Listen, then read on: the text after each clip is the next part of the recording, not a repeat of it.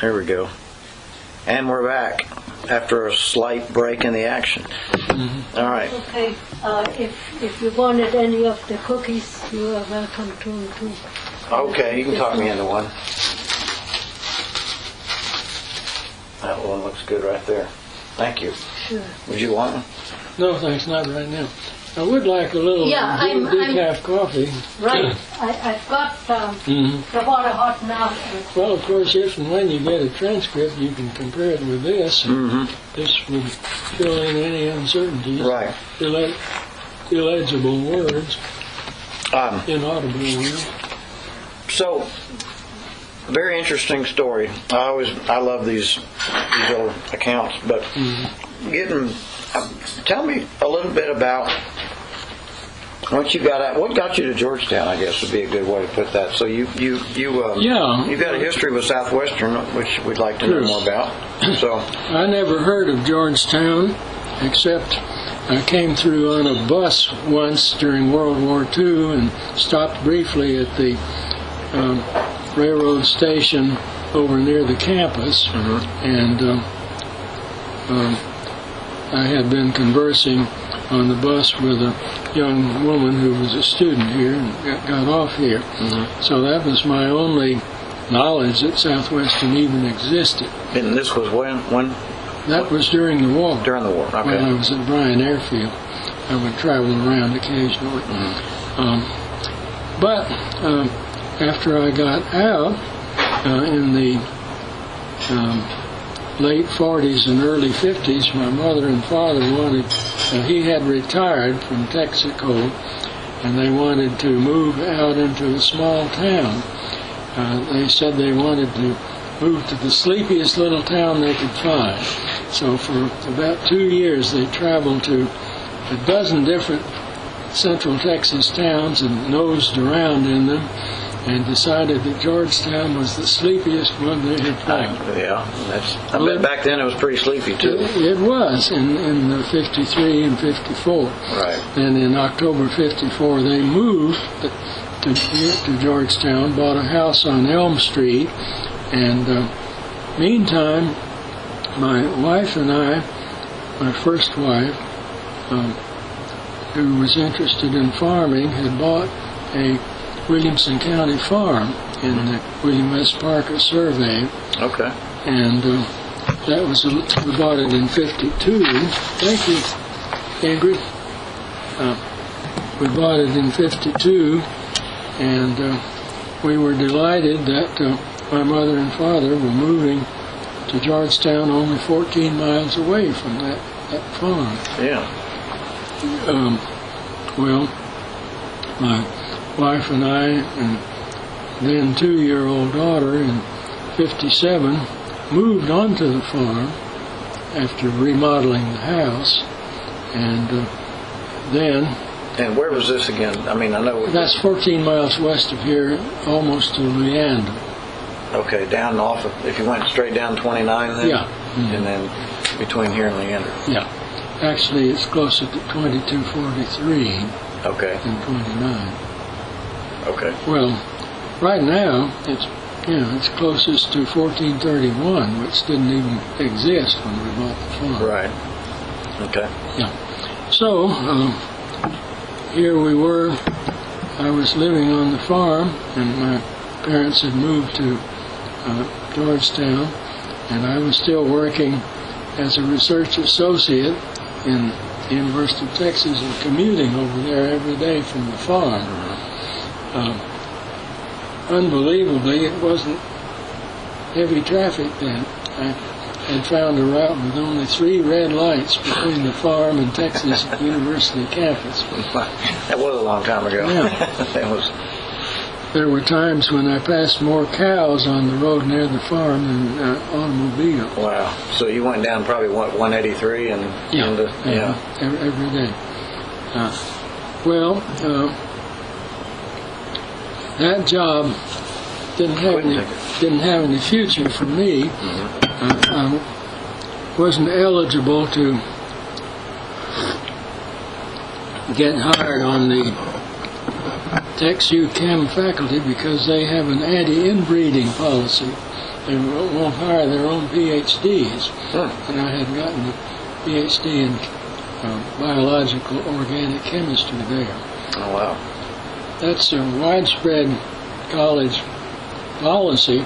Only Harvard hires its own PhDs because they know they're the best college there is. Well, it seems like a logical thing to me. I mean, if you're training them, you ought to want them back. Yeah.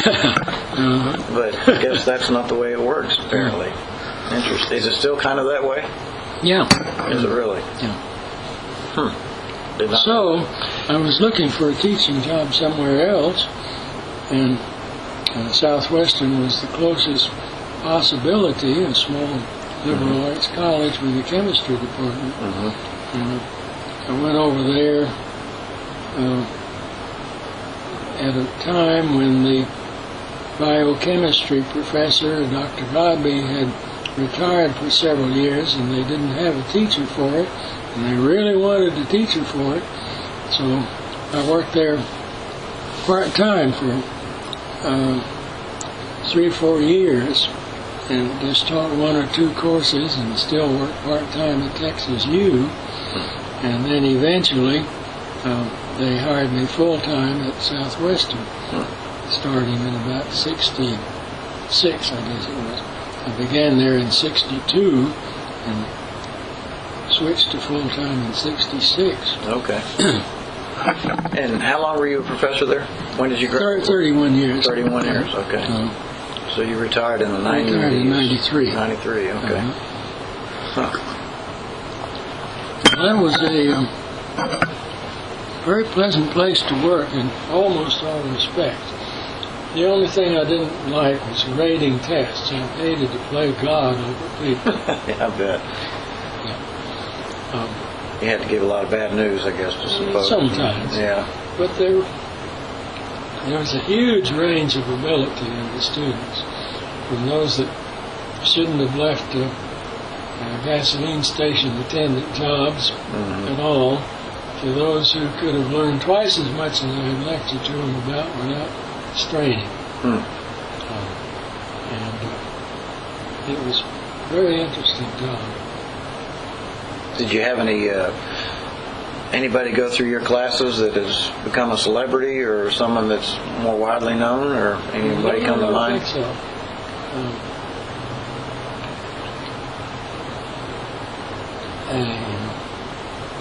So back when you were in the military and you spent time in the meteorology field, once you left the military, did that go away? Did you pursue any more advanced meteorologic degrees or licenses or anything like that? Or? Well, that's a good question. No, I dropped the meteorology entirely in terms of practice or vocation in forecasting, but I must admit it's been a lifelong benefit, because I can pick up any weather map and do about as well as what the they haven't really perfected it much better is doing in forecasting. Right. And you didn't have very many tools at your disposal back then either, did you? No, we had no computers at all. Right. Everything was done by higher mathematics on a blackboard and chalk basis, if at all. Based on air pressures and things like that, I guess. And yeah. We had to deal with radio sound measurements. A little radio transmitter was hooked onto a balloon and turned loose to go up and broadcast the temperature, pressure, and sometimes, and the relative humidity at various elevations. Right. Since it rose at pretty much a constant velocity, we could make doing that all over the U.S. 48 states allowed a large map to be made of conditions at different elevations. So now, during the war, did you have anything to do in forecasting the weather for D-Day, for instance? Because that was a huge issue for D-Day. That was a tremendous responsibility. Right. General Eisenhower probably had the best forecaster in the world in his office when he made that decision to move in on D-Day. So that would have been a lot of pressure. Yeah, I imagine the guy who had the biggest decision was the forecaster on that one. Yeah. But that was so. But you weren't involved in any major invasions or landings that you were involved in. No, all the forecasting I did was for local, on local air bases for flights that originated there and were going almost always to somewhere else in the USA. And we had a pretty responsible job. No pilot could take off from the ground without a signed weather forecast signed by an authorized forecaster. Right. There were some top-ranked sergeants who got forecaster rank also, but most of them were officers, lieutenants, and captains. And so, kind of moving back into Williamson County again, and when you moved, you were on the farm in Williamson County. I imagine I guess you were outside of the city limits, obviously, which is still probably outside the city limits. No, the city's been expanding. Or is it Cedar Park now? Ominously. It's probably more Cedar Park area now, isn't it? Yeah, it's it's in Cedar Park. Yeah. And my family, did you have a large farm? Was it 130 acres, and now my children, who now own it. Okay. My first wife, who bought the farm with me, I was married to for 24 years, and she got sick and tired of me and divorced me then. And as part of the divorce settlement, we deeded the farm to the 3 children, so they own it now. So, and they're still farming it? Well, for the most sort part. of. They're using it for grazing purposes. Right. But they don't plant any row crops. They haven't done that for years. Okay. My first wife planted corn one year. She bought a little John Deere tractor and planted corn. Wanted to be a farmer. She bought $24 worth of seed corn and planted it. And that was during the 1950s drought. And after the corn was harvested and loaded onto our army truck, she drove it into Georgetown, had it weighed, and sold it. There were 36 bushels at 75 cents a bushel, so she got her $24 back and didn't lose a cent. Didn't hardly make a cent, but she didn't lose any. I guess that's considered not a bad year then. Well, that was typical farming in the drought of the 50s. Yeah, I bet. Yeah. Now, was that grain elevator and all that, was that what's down here on South Brushy Street in Georgetown, the same, those grain elevators are now? Yeah, they were the there. Same place?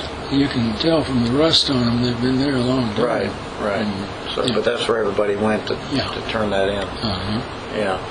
So farming that was a hard job over there. It's pretty thick cedar country, and I can imagine that was some pretty tough goes. And most of it's kind of hilly and rocky. There is a good 20-acre field on my family's farm, and several smaller 3- and 4-acre fields. Right. So growing up, or not growing up, but your adulthood was spent in the Georgetown area, I'll call it. But of course they had the building of the dam, Lake Georgetown, and all that. So did you have any involvement did Southwestern have any involvement in that at all?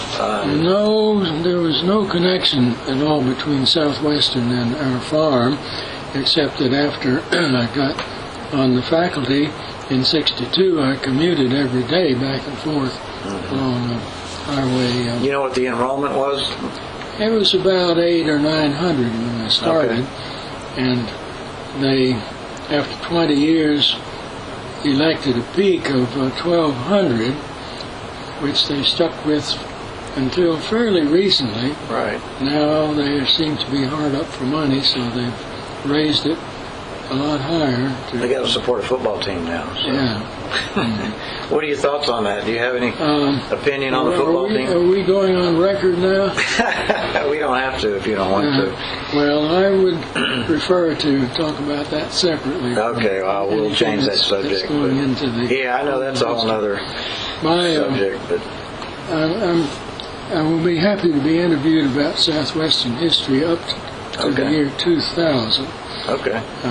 Which is when Roy Schilling left. Okay. And I know what happened and how things went up to then pretty closely and thoroughly, but I haven't followed them much since then.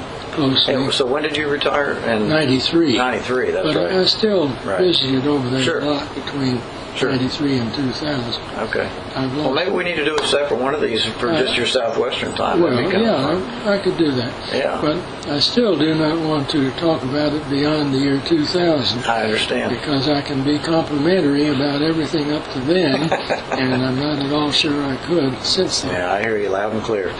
Okay. Well, anyway, anything else you'd like to expand on in your time in Williamson County then? I mean, some of your experiences. Of course, lots and lots of more details. I'm writing a personal autobiography. Are you? And putting these 5 pages are like a tiny condensation of the first it's a good start. I mean, it really is. Because I can see where you could really expand on a lot of any one of these issues in here. I've got, we could talk for a whole lot longer just trying to on some of these things. And I'm always interested in. I'm a big World War II fan, so I do appreciate. That the greatest generation, which was your generation, is I think appropriately named. There's something else about the time in Los Angeles I could add. As I said... Well, I have a question on that. Why did they ship you off to UCLA? Was that one of the better meteorology schools, or was that... There were 5 university campuses in the U.S. that taught good meteorology majors. NYU, MIT, Chicago, U, and Caltech, plus UCLA. Is that 5 or 6? There were either 5 or 6. Right. And they were all equally good. It was strictly chance that my group was sent to UCLA because each of those campuses, when they graduated a class, contacted the Air Force and said, send us another bunch of cadets to start up a new group. Right. And when UCLA graduated Class 5 and made room for Class 6, they contacted Boca Raton and said, send us 250. So they did. Yeah. When you entered the military, did they take any consideration as to what your current degree path was or anything like that? I mean, did they care, or they just need a warm body? When we joined the Army Air Forces at the Houston Induction Center, they couldn't have cared whether we had a brain or not, as long as we had normal body temperature. Yeah. And that's always amazed me, is that you've got this enormous talent pool of people that are from ditch digger to PhD, and they didn't care. They would put the PhD digging ditches or vice versa, and that never made any sense to me. Why maybe they do that now. Of course, we're not drafting anymore, but they do take in consideration what your career path. But gosh, what a shame, because there's no telling what they could have done with putting that talent to work, in the right resource. Sure. Well, this occurred to us when we were out on bivouac in that pine scrub, doing nothing for 2 weeks. Right. Here we had 100 squadron and 100 highly educated young men who want to contribute to the war effort, doing absolutely nothing but eating Army food. Right. I guess it was just, the urgency was there, and they just didn't have time to worry about all that. They needed bodies, and they said, send me some. And my generation, I have to keep in perspective, and I really do this a lot because I speak with my own children about what's going on. But the entire World War II was what, 6 years? 6 years. I mean, they went from Pearl Harbor to VJ Day in 6 years, and we didn't prosecute the Iraq War yet. You know what I mean? It's been going on for over a decade. And when I think, what they did in 6 years is just so far outpaces what we've been doing so far. And it's just enormous. If you watched any of these D-Day recapitulations of the D-Day Normandy landings, you can see how tremendous an achievement and an organization that was. I mean, the downside is that they lost enormous numbers of human lives. And nowadays, if we lose 500 soldiers in a year, that's a tragedy. You know what I'm saying? Which, one life's bad, but they used to just throw bodies out there like they were just expendable. Well, I think you're getting onto a point that worries me very much too. I think things are going rather dismally for the U.S. in international relations these days. Right. I would agree with you on that. They're not in a good spot, but that's a whole other discussion we could make. But well, tell me anything else. I was going to tell you go one ahead. thing about our UCLA time. The Army turned us loose after we had a parade and military march around the football field, just to show how military we all were. They eventually turned us loose about 2 or 3 in the afternoon, and everybody exploded out to go into Los Angeles for their own purposes. Well, some of the guys were mainly interested in women, and we're not being recorded, are we? I can turn it off if you like. Yeah.